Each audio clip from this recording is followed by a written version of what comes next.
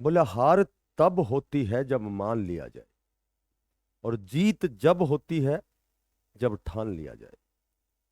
और बोला जब तुम बहुत अधिक कठिनाइयों में हो, मुसीबतों में हो, जब बहुत ज्यादा हमारे पास विपरीत सर्क्यूमस्टांसिस हो, विपरीत परिस्थितियां हो, तो खुश हो जाओ, क्योंकि उस समय विधाता की नजर हमारे ऊपर है। नमस्कार प्यारे बच्चों, साथियों, ये कुछ छोटी छोटी दो तीन अपडेट हैं। सबसे पहले हम बात करेंगे एस्टेट की। तो एस्टेट के आपने HPSC के चेयरमैन साहब से आपने सुना होगा कि लगभग एस्टेट का रिजल्ट अगस्त के तीसरे वीक में आपका जारी होगा।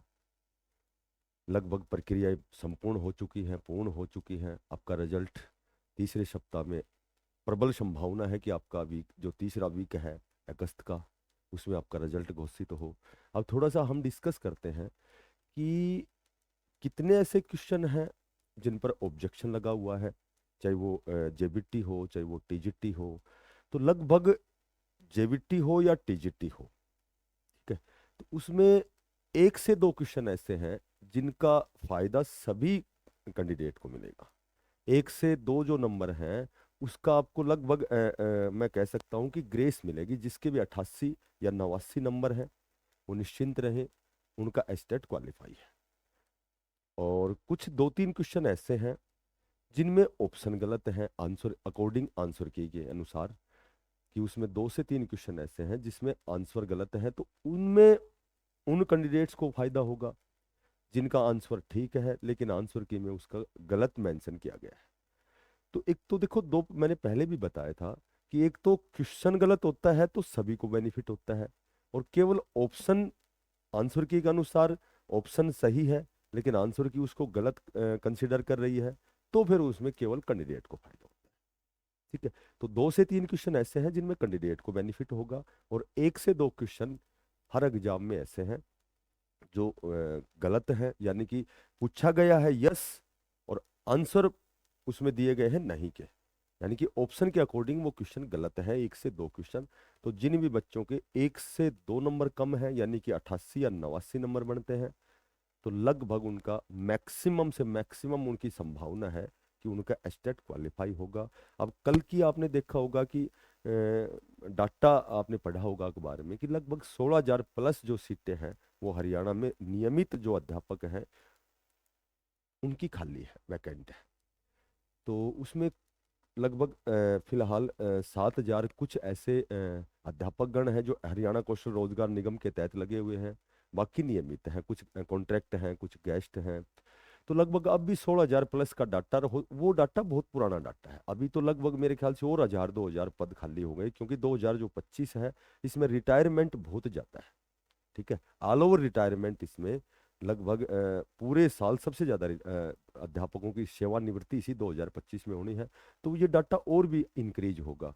तो मैं आपको बताता हूँ, जब आपका एस्टेट का एग्जाम आएगा, सॉरी परिणाम आएगा, तो रिजल्ट के बाद में JBT की जो आपकी भर्ती है वो तो बिल्कुल बहुत ही शीघ्रता शीघ्र निकाली जाएगी।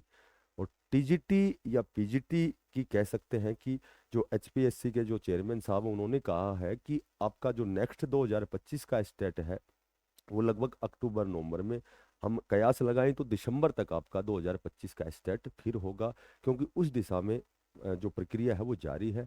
बहुत जल्दी आपका नोटिफिकेशन आएगा।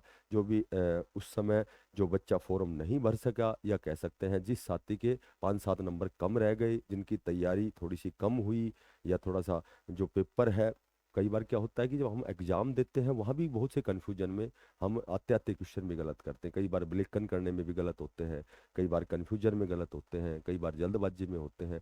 तो हो सकता है, तो उनको भी अवसर बहुत जल्दी मिलने वाला है। जो आपकी TGT की भर्ती है, PGT की भर्ती है, संभवतः वो आपकी लगभग एस्टेट जो 2025 होगा उसके बाद आएंगी। लेकिन JBT की जो भर्ती है, जो 13 से 14 साल हो गई JBT की भर्ती को आए हुए, तो उसकी भर्ती बहुत जल्दी आपका एस्टेट का परिणाम घोषित होते ही आएगी। अब हम बात करते हैं JBT की।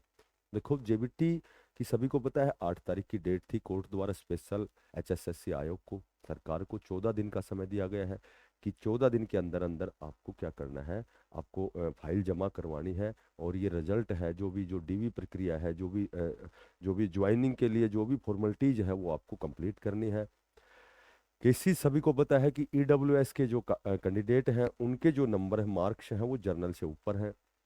तो मैंने पहले भी बताया था कि सिलेक्शन तो उनका ही होना है जो एलिजिबल है, ठीक है। क्योंकि अगर प्राथमिक स्तर पर भी यदि रिजर्वेशन दिया जाता है तब भी फायदा उन्हीं कैंडिडेट्स का होना है जिनका सिलेक्शन होना है, जो कंडीशन को फुलफिल करते हैं। और यदि अलग अलग फर्स्ट स्तर पर यदि अलग अलग कैटेगरी वाइज जब 3 गुना की लिस्ट डीवी के लिए घोषित हुई है तब भी फायदा उनको ही मिलना है, क्योंकि जो फाइनल स्टेज है उसमें तो केवल बेनिफिट उनको ही मिलना है जो इसके योग्य है। जो भी कैटेगरी के कैंडिडेट हैं यदि जर्नल की कट ऑफ के बराबर है तो जाहिर सी बात है वो जर्नल में ही पार्टिसिपेट करेंगे, बाकी कैटेगरी की तो कट ऑफ वैसे भी नीचे आएगी।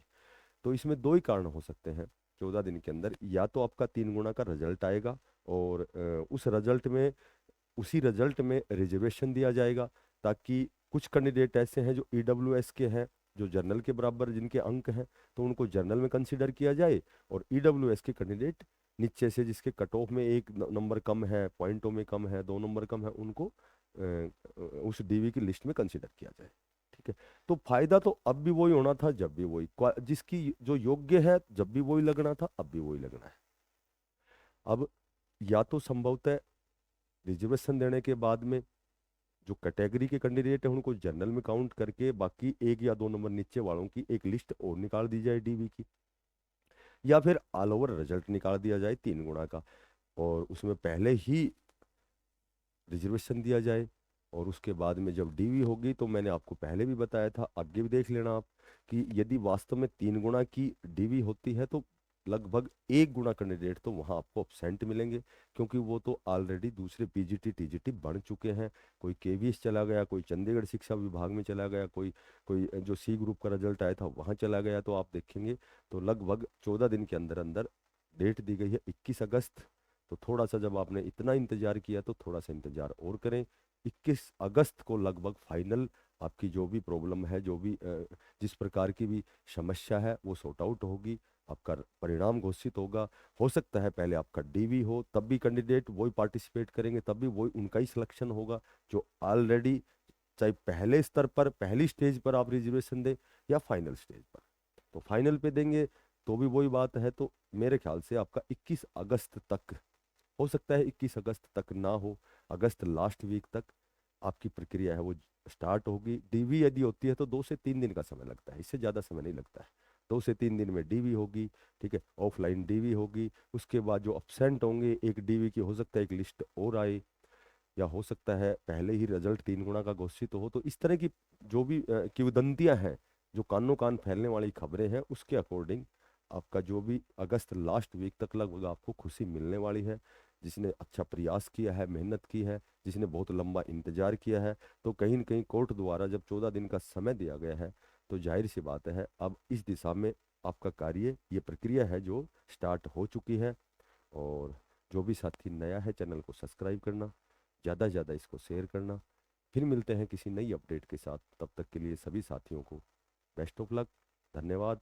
राम राम।